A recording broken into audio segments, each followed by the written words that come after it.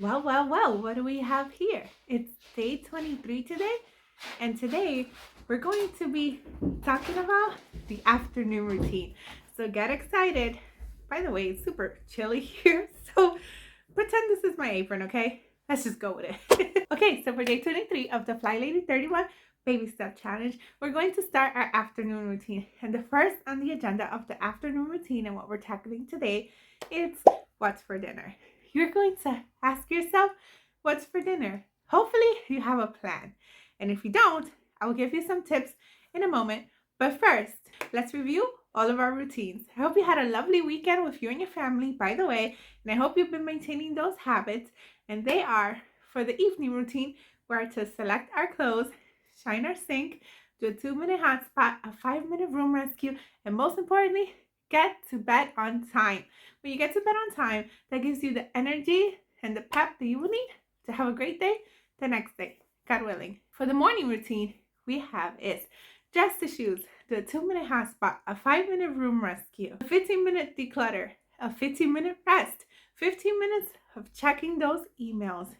Then we're also going to make our beds, do a Flylady mission, and don't forget we've added the LOL. Be sure that you're doing this every single day for a wonderful day. Also, don't forget that for a whole entire day, we're going to be turning negative thoughts into positive thoughts, as well as using our timers to stop rushing around and focus. Meal planning.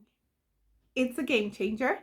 If you want to start your afternoon routine without breaking a sweat, get into the habit. A couple of quick tips. If you've never meal planned before, just start jotting down what your family eats every single night. Every time you whip something up and it works for your family, be sure to write it down. That way, in 30 days, you have a whole month meal plan.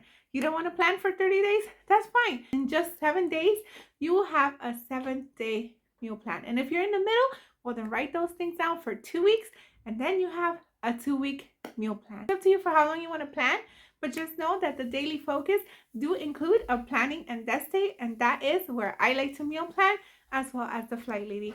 So it's up to you, but just consider these tips. Now, I know some people meal plan by day. However, I do not.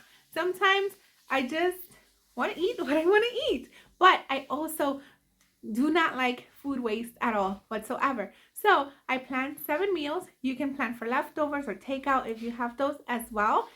And I just interchange them around in the days. I don't necessarily plan Sunday through Saturday, but I do make sure that there are 7 meals. And when I get up in the morning, I do look at the meal plan, decide what it is that we're having, or my family might suggest something that they would like, and we'll get to prepping that day. Another tip that I have for you is prep in the afternoon. If you have children and they nap, if you can get your dinner started, please do so. You definitely won't regret it.